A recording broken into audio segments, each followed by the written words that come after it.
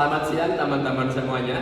Perkenalkan aku Dimas Kusyafiryadi dari kelompok 3 sebagai moderator untuk kelompok 2 teman-teman. Yang beranggotakan yang pertama adalah Pelikurnia Ramadan, yang kedua ada Zahara Gia Arianti, yang ketiga ada Anindita Harunisa, dan yang terakhir ada Prasetya Yuda Pradana. Di kelompok 2 ini akan membahas tentang konsep dan karakteristik UMKM Jawa Barat. Untuk selanjutnya di pembahasannya akan diserahkan pada kelompok 2. Terima kasih. Di tengah ketidakpastian ekonomi global, Indonesia memiliki kekuatan utama yang menopang perekonomian nasional, yaitu UMKM.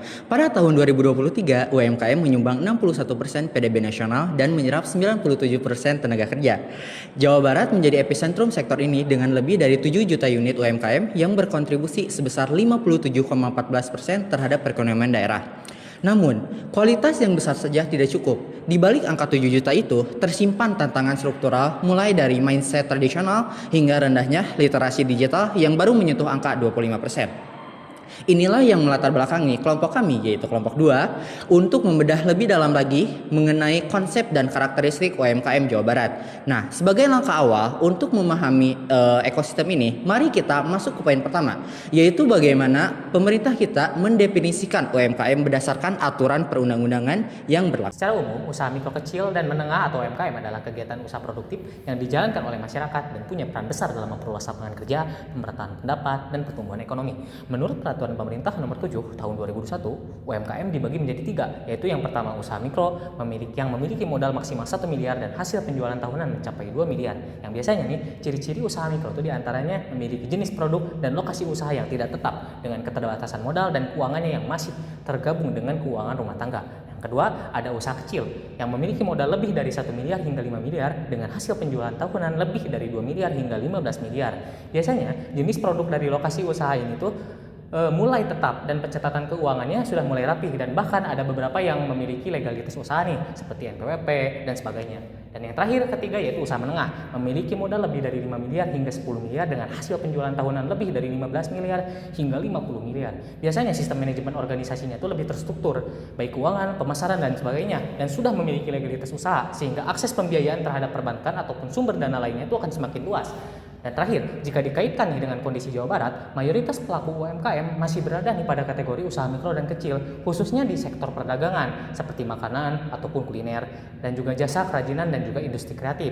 Sedangkan di usaha menengah lebih banyak berkembang di wilayah dengan basis industri nih seperti Bekasi, Karawang dan sebagainya. Nah teman-teman, kita masuk ke dalam materi karakteristik UMKM Jawa Barat dari 2 aspek utama, yaitu manajerial dan juga operasional. UMKM Jawa Barat umumnya dikelola secara terpusat oleh pemilik usaha. Pemilik merangkap berbagai peran mulai dari pimpinan, pengelolaan keuangan hingga pengambilan keputusan sehingga struktur organisasi belum formal.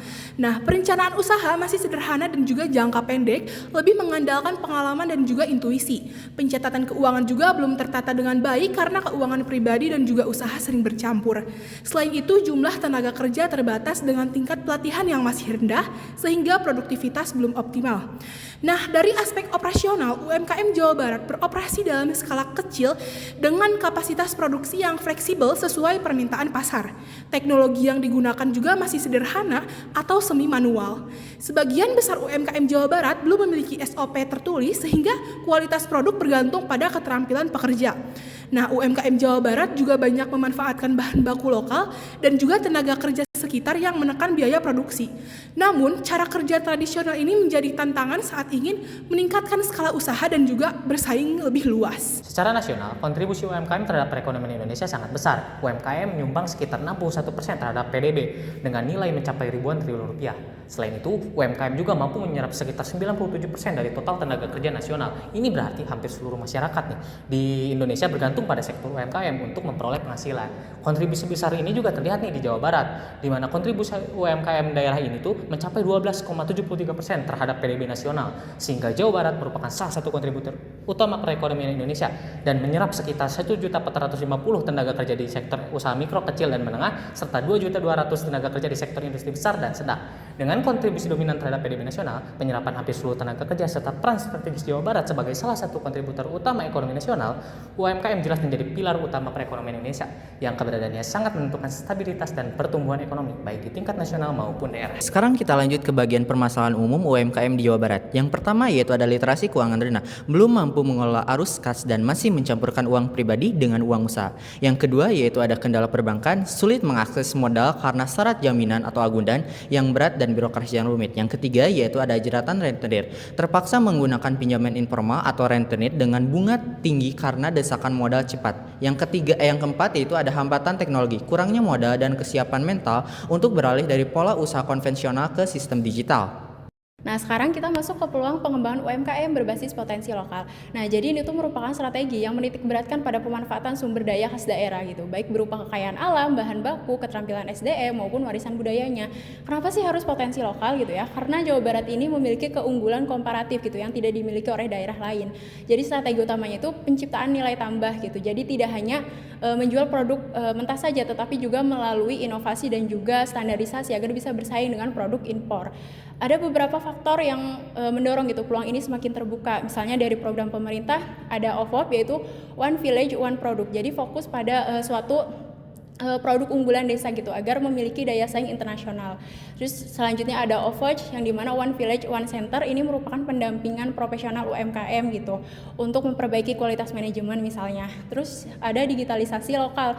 Jadi memanfaatkan tren direct to customer gitu ya untuk melalui media sosial. Terus yang kelima itu ada kesadaran konsumen yaitu back to nature. Jadi adanya tren pasar yang kembali menyukai produk berbahan alami dan juga ramah lingkungan gitu. Jadi ini bisa memberikan peluang keunggulan bagi produk organik khas Jawa Barat.